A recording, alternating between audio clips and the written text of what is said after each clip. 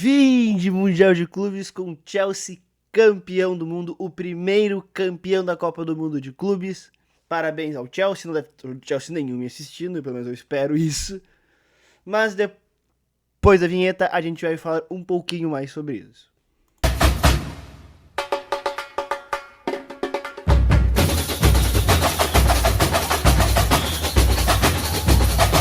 E aí, galera, tudo bem com vocês? Vocês estão felizes? Eu te falar que ele é feliz, cara. Fiquei feliz pelo Mundial, assim. Gostei muito desse Mundial. Achei uma ideia muito maneira mesmo.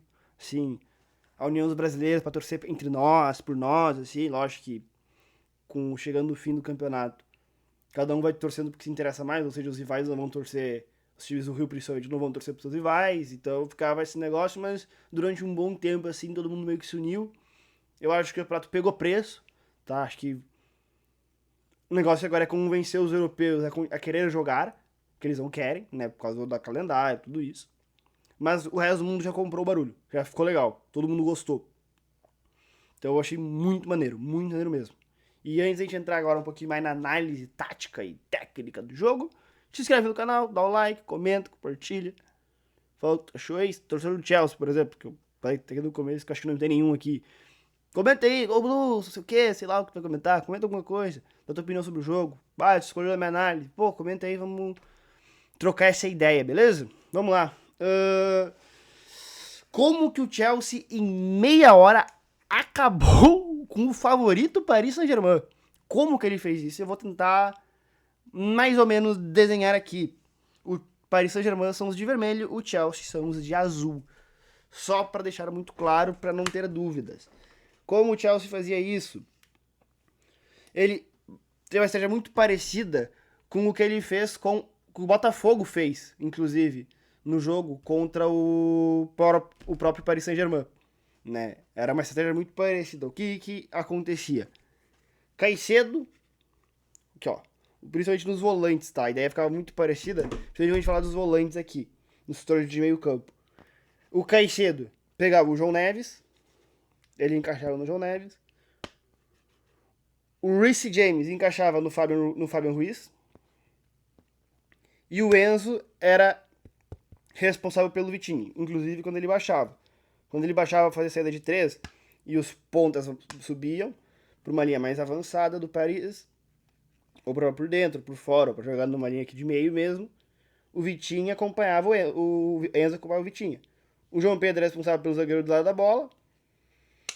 E os pontas do Chelsea, o Pedro Neto e o Palmer, eles acompanhavam os laterais. Tanto que várias vezes a gente vê o Hakimi vindo para cá, fazendo jogadinha de fundo e o Pedro acompanhando. Porque o Pedro é responsável por isso.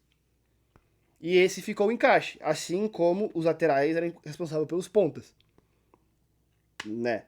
O Kvaratskhelia, a responsabilidade era do Cucurella, e a responsabilidade do E, aqui no cantinho, que tá o do E, era do Malo Gusto.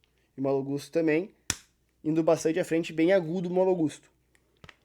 Então, esses encaixes complicaram um pouco o Chelsea, o Paris Saint-Germain, além de o Paris Saint-Germain não esperasse que depois do que ele fez com o Real Madrid, o Chelsea viesse para marcá-lo alto, para pressioná-lo, para esganar eles lá em cima. Eu acho que eles se surpreenderam um pouco. Eles imaginavam o Chelsea postado em 2 linhas de 4, bloco médio, tentando transicionar em cima.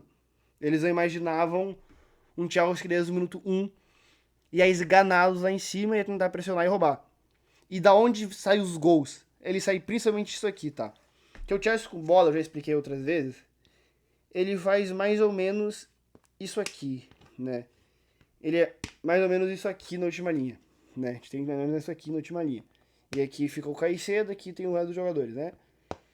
Palmer, Reece James, Enzo, Pedro Neto e o João Pedro. Isso aqui é mais ou menos o Chelsea, não tá bem organizado aqui, mas se peguem só aqui. Então eu vou organizar aqui pra só ficar um negócio mais certinho. Tá. O que acontece? Aqui, o Pedro Neto ele joga meio isolado. Pro Cucurella, ele não vai ser um volante, um lateral, que ele vai ultrapassar o tempo todo. Ele não vai ser esse cara. Ele vai ser muito mais o cara que vai ficar na base. Ou ele vai fazer uma saída de 3, ou ele vai se juntar com os volantes para ser um volante aqui na construção. Ele não vai ser esse cara. Já o Malo Gusto, até por característica do Palmer, de ser um meia, de ser um cara que gosta de jogar por dentro, ele vai ocupar muito mais esse corredor. gerando aqui um 2-1 muito importante, né? Porque tu vai ter Palmer e Gusto contra o Nuno Mendes. E o Nuno Mendes já sendo um lateral que gosta muito de avançar, de usar o corredor por dentro, por fora. O Nuno Mendes é muito bom jogador. E também é muito bom defensivamente, só que hoje ele tava mal. E o Chelsea soube explorar isso aqui, principalmente as costas do Nuno Mendes quando ele avançava. Então o primeiro gol é de uma bola longa, o segundo gol é de uma bola longa. Todas as jogadas são por aqui, fruto desse dois.